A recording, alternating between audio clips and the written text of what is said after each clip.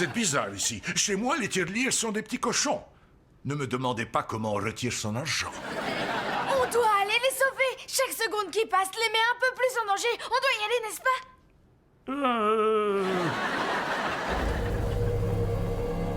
Je n'arrive toujours pas à croire qu'on est dans une navette spatiale. Je n'arrive toujours pas à croire qu'il y a de la moquette au mur. Oh, ce n'est qu'un gros lézard. J'ai cru que c'était la créature extraterrestre qu'on avait ramenée de notre voyage en 86. Oui, on l'avait baptisé Choupette.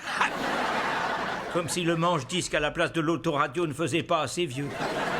Cette fusée n'est peut-être pas aussi sophistiquée que celle que votre famille a prise, mais je peux vous garantir qu'elle fonctionne parfaitement bien.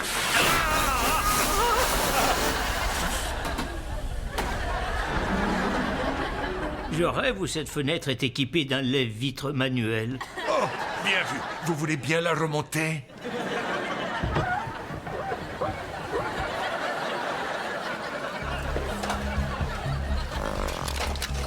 C'est parti. Accrochez-vous à vos sièges. Notre décollage est prévu dans 3, 2... Ah! Ah!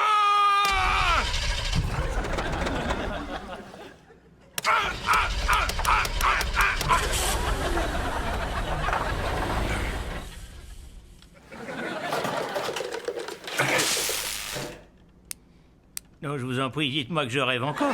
Du calme, je fais ça tout le temps.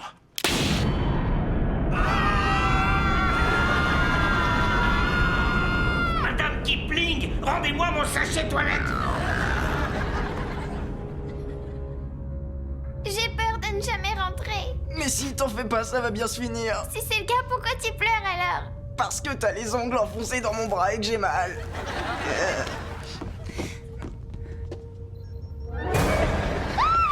Il y avait un horrible alien.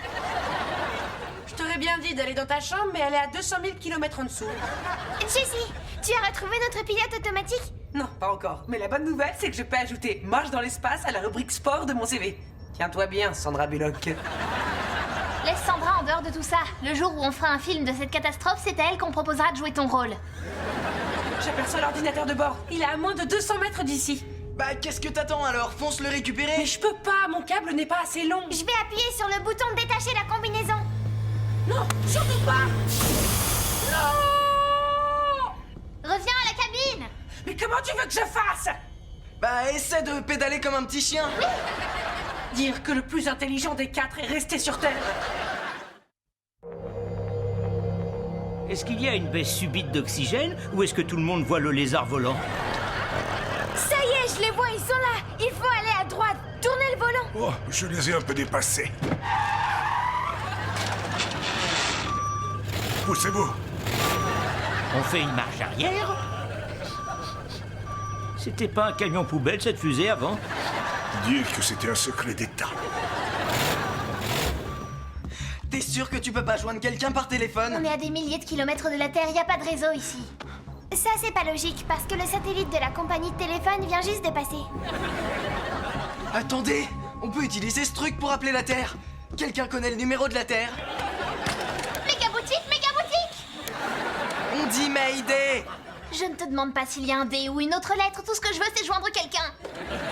J'aurais voulu que Ravi soit là avec nous. Il aurait commencé par nous lancer une pique et il aurait trouvé le moyen de nous sortir de là. Ravi! Quelle ironie de vous savoir coincé dans le vide alors que c'est la seule chose que vous pouvez vous vanter d'avoir entre les oreilles. Tu as raison, c'est toi le plus intelligent, alors ramène-nous sur Terre. Au fait, comment t'es venu jusqu'ici? Je suis venue avec Ivan, il a garé sa navette en double fil, on n'a plus qu'à monter dedans pour rentrer. Super, alors allons-y.